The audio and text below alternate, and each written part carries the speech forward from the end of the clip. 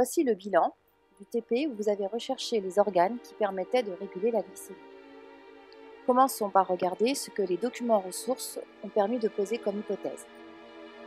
Deux formes de stockage existent. Le document 1 permet de déduire que le stockage peut se faire sous forme de glycogène ou de triglycérides après ensemble de réactions enzymatiques. Le document 2 relate l'expérience historique de Claude Bernard qui a permis de déduire que le foie a une capacité à libérer du glucose, même si aucun apport n'est fait par l'intestin. L'étape 1 vous a amené à proposer deux manipulations dont voici les résultats. La caractérisation des formes de stockage du glucose cellulaire dans le foie et dans le muscle a donné deux précipités.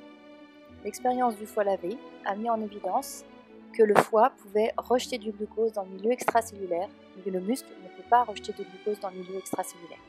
Que pouvons-nous déduire de ces résultats? La forme de stockage du glucose dans les cellules musculaires et dans les cellules hépatiques se fait sous forme de glycogène polymère de glucose.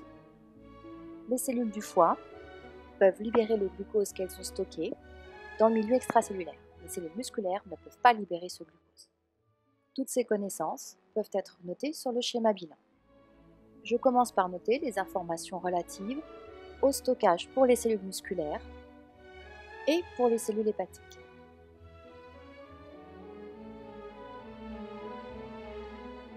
En intégrant les informations apportées par le document 1, je peux déduire l'existence de cellules qui peuvent stocker le glucose sous forme de lipides. Les cellules fonctionneront en mode stockage lorsque la glycémie sera supérieure à 1 g par litre, c'est-à-dire après la digestion par exemple. Je peux aussi compléter les informations relatives à la mobilisation du glucose.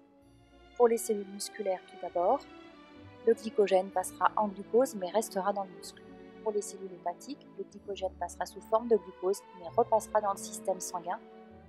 La situation physiologique pour que les cellules passent en mode mobilisation est le cas où la glycémie sera inférieure à 1 g par litre. Ce schéma peut être transformé en texte, ce qui donnera par exemple: plusieurs organes interviennent dans la régulation de la glycémie.